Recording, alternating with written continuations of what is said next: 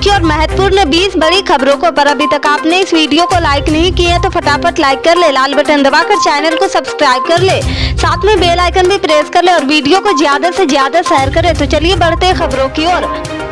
आपको बता दें कि उत्तर प्रदेश में इस साल बेहद कम बारिश हुई। सरकार की रिपोर्ट के मुताबिक इस बार 62 जिलों में सूखे जैसी स्थिति है। इसके चलते कई जगहों पर धान की फसल के सूखने और जमीनों में दरार पड़ने की तस्वीर भी सामने आई है। सिंचाई के लिए ट्यूबवेल का उपयोग भी बढ़ गया। अब योगी सरकार किसानों को दलहन, तिलहन और सब्जी के बीज भी मुफ्त में उपलब्ध करा रही। फिलहाल किसानों को फ्री बीज, मिनीकिट के वितरण की शुरुआत भी कर दी गई है। इससे पहले सरकार ने सूखे से प्रभावित किसानों से बिजली बिल की वसूली को स्थगित कर दिया था। फिर उत्तर प्रदेश सरकार ने राजस्व वसूली भी स्थगित कर दी थी। प्रभावित क्षेत्रों में बिजली आपूर्ति बढ़ाने का फैसला लिया गया।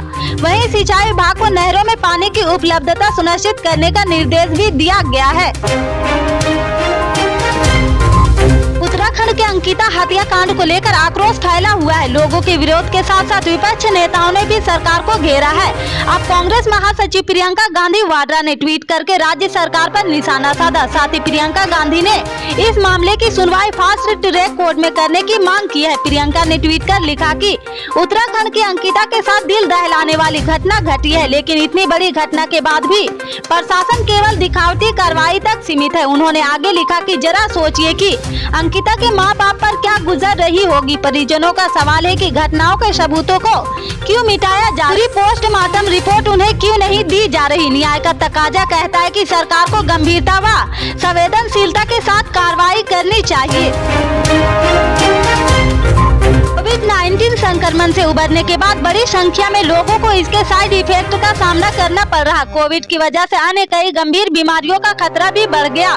बच्चों से लेकर बुजुर्ग तक कोविड संक्रमण से उबरने के बाद अन्य बीमारियों की चपेट में आ रहे। इसी को लेकर एक हालिया स्टडी सामने आई है, जिसमें बताया गया है कि इस संक्रमण से छोटे बच्चे और टीनेजर्स में लाइलाज बीमारी का जोखिम कई गुना बढ़ गया। यह स्टडी नॉर्वे के नॉर्वेजियन इंस्टीट्यूट ऑफ पब्लिक के हेल्थ शोधकर्ताओं ने की है।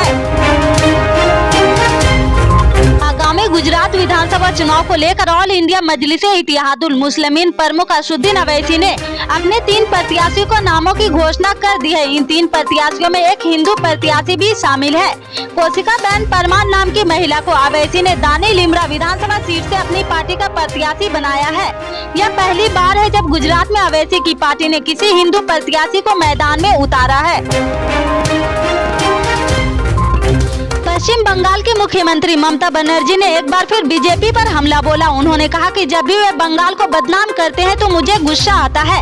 राज्य को बदनाम करने के लिए बाहर से कुछ लोग सोशल मीडिया का इस्तेमाल कर रहे। काश वे पश्चिम बंगाल के विकास पर चर्चा कर पाते। उन्होंने चाय पे चर्चा पर भी तंज कसा है।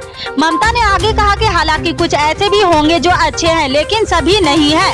उन्होंने कहा कि जो लोग ऐसी गतिविधियों को करते हैं वे अपना काम जारी रख सकते हैं और यदि आपका विवेक आपको अनुमति देता है तो शांति से रहे। ममता ने आगे कहा कि जो लोग दिल्ली में बैठे उन्हें पता होना चाहिए ये दिल्ली का लड्डू है। उन्होंने कहा कि मैंने देखा है अगर मैं कोई बयान देती हूँ तो उस पर बहस शुरू हो जाती है, लेकिन चाय पे चर्चा पर कोई बहस नहीं होती।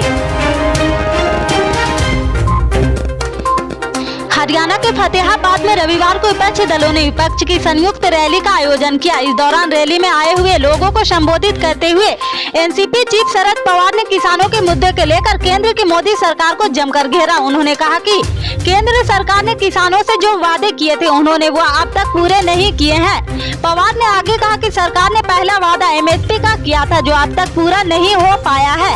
जिन लोगों ने सरकार के खिलाफ आंदोलन किए थे उनके खिलाफ मुकदमे किए गए। शरद पवार ने आगे कहा कि एक समय ऐसा था जब देश में अनाज नहीं था, तब किसानों ने ये स्थिति बदली और खून पसीना एक करके भरपूर मात्रा में अनाज पैदा किया था। उन्होंने कहा कि आज देश में यह स्थिति बदली है। अनाज उत्पादन में हमारा देश नंबर 1 पर है और इसके पीछे सिर्फ हमारे किसानों की मेहनत है। भरतपुर जिले में बारिश के रौद्र रूप के चलते किसानों को भारी परेशानियों का सामना करना पड़ रहा। आसमानी आफत किसानों पर कहर बरपा रही है। 3 दिन से लगातार हो रही बारिश से किसानों की फसल पूरी तरह नष्ट हो चुकी। अब किसान सरकार से मुआवजे की मांग कर रहे हैं। भरतपुर जिले के ज्यादातर इलाकों में खरीफ की फसल पूरी तरह बर्बाद हो चुकी। इसको लेकर किसान बेहद चिंतित नजर आ रहे हैं। फसल बर्बाद होने के कारण अब पशुओं के लिए चारे की कमी आ गई। इसके चलते किसानों पर दोहरी मार पड़ सकती है। दिल्ली के मुख्यमंत्री और आम आदमी पार्टी संयोजक अरविंद केजरीवाल रविवार को एक बार फिर गुजरात पहुंचे। पंजाब के मुख्यमंत्री भगवंत मान के साथ युवाओं से बातचीत के दौरान अरविंद केजरीवाल ने भाजपा सरकार पर जमकर निशाना साधा।